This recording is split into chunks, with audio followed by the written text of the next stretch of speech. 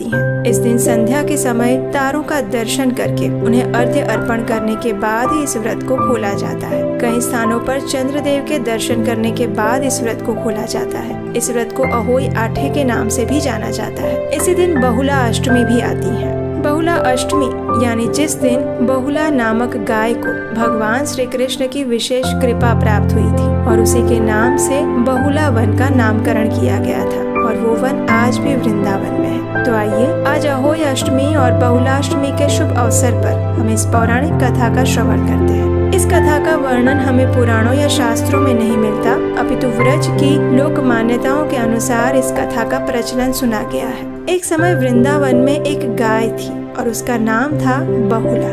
एक दिन वो अपनी साथी गायों के साथ गोवर्धन की तलहटी में हरी भरी घास चर रही थी और उसी समय कहीं से एक बाघ ने आकर उस पर आक्रमण कर दिया। बहुला ने उस बाघ से दूर जाने के अनेक प्रयास किए। थक हार कर वो एक पेड़ के पीछे छिप गई, लेकिन बाघ ने उसे पकड़ लिया था। बहुला ने उस बाघ से बहुत अनुरोध किया कि वो उसे छोड़ दे, क्योंकि उसने अभी अभी एक शिशु को जन्म दिया है और उसकी बच्ची के लिए उसका अपना दूध अत्यंत महत्वपूर्ण है। एक बार वो अपनी पुत्री को अंतिम बार देख ले और उससे विदा ले ले, उसके बाद वो बाघ का आहार बनने के लिए तैयार है। पहले तो बाघ नहीं माना। उस बाघ ने कहा कि मैं कैसे तुम पर विश्वास कर लूं? क्या प्रमाण है इस बात का? तो बहुला ने कहा, मैं वृंदावन में रहती हूँ और मेरे स्वामी कृष्ण हैं। मैं कभी भी झूठा वचन नहीं देती। ये सुनकर बाघ उस बहुला की बातों में आ गया। ये सुनकर बाघ ने उस बहुला गाय की बात मान ली और उसे जाने दिया, लेकिन उससे वचन लिया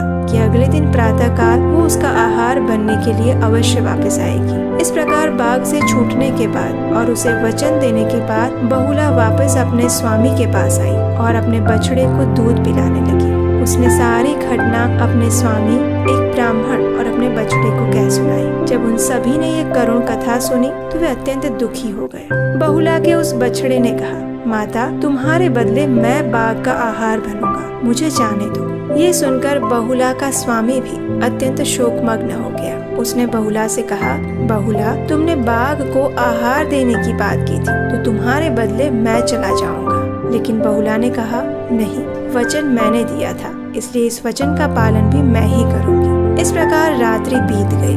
बहुला ने अपनी बच्ची को दूध पिलाया, उससे अंतिम विदा ली और फिर निकल पड़ी अपने वचन का पालन करने के लिए। जब बहुला उस बाघ के पास पहुंची तो उसने देखा कि वहां पर उस गाय का स्वामी और उसका बछड़ा वहां उपस्थित थे। वे तीनों ही बाघ का आहार बनने के लिए तैयार थे और एक दूसरे के प्राण बचाने के लिए प्रार्थना कर रहे थे। अब बाघ ने देखा कि ये तीनों ही उसका आहार बनने के लिए लालायित हैं और ये देखकर वो अत्यंत प्रसन्न हो गया। जब ये बाघ सोच ही रहा था कि आखिर सबसे पहले मुझे किसको अपना आहार बनाना चाहिए, और उसी क्षण भगवान श्री कृष्ण अपने सुदर्शन चक्र के साथ वहाँ पर आ गए।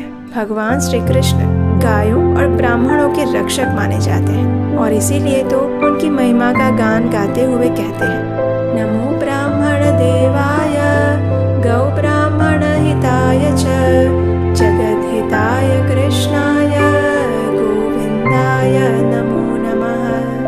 भगवान श्री कृष्ण धर्म के अधिष्ठाता देवता और व्रजवासियों के रक्षक हैं। उन्होंने बाघ के पास जाकर उस बाघ से कहा कि यदि वो गाय और उसके परिवार पर दया दिखाएगा तो उसे चिरकालीन यश प्राप्त होगा। भगवान श्री कृष्ण ने आगे कहा कि इस बहुला गाय ने अपना वचन पालन करते हुए यहाँ उपस्थित होकर अपनी प्रतिबद्धता व्यक्त की है, इसलिए उस बाघ को उसे छोड़ देना चाहिए। भगवान श्री कृष्ण की उपस्थिति से उस बाघ के अंदर सात्विक भाव का संचार होने लगा। उसने बहुला को उसके वचन से मुक्त कर दिया। इस प्रकार बछड़ा और बहुला का स्वामी दोनों ही बहुला के प्राण बच जाने के कारण अत्यधिक प्रसन्न हो गए और भगवान को बारंबार प्रणाम करके उनके प्रति कृतज्ञता व्यक्त करने लगे।